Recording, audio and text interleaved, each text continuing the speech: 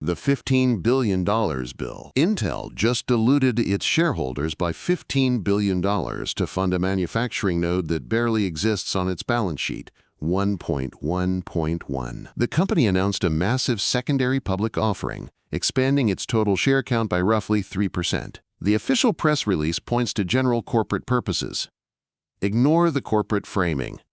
Companies do not authorize a $15 billion stock dilution just to pad the corporate coffers. They do it when they need immediate, massive cash to build physical infrastructure. And the timeline for this specific Foundry build-out exposes a glaring gap in the numbers. The missing revenue. Intel recently hiked its 2026 capital expenditure forecast past $20 billion, targeting high-volume production for its 14A node in 2028. Here is the reality check. In the most recent quarter, external Foundry revenue was exactly $293 million. That is 5% of the segment. It is a rounding error. Intel's leadership explicitly warned in the past that 14A could be shelved without a major external customer.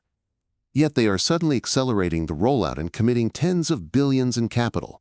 You do not build a $20 billion fab on speculation. The aggressive CapEx hike proves the customer demand is already contracted, even if it is absent from the current financials. And the funding mechanism reveals a ruthless calculation about the balance sheet. Equity over debt.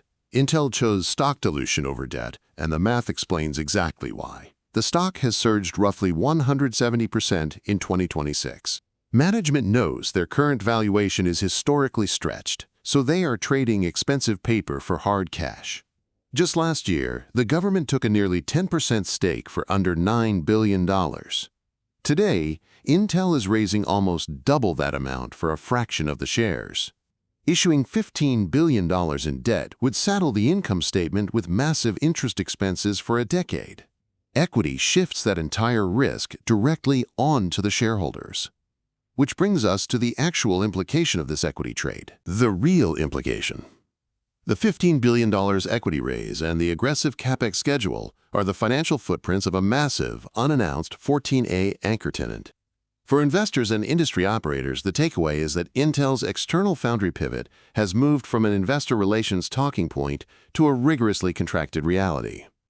Management is willing to absorb the 3% dilution hit today because the operating requirements of this shadow contract demand immediate, physical capacity in their new fabs. The overarching strategy is clear. Leverage an inflated stock price to fund the concrete infrastructure right now, long before the broader market starts asking hard questions about the currently anemic external Foundry margins.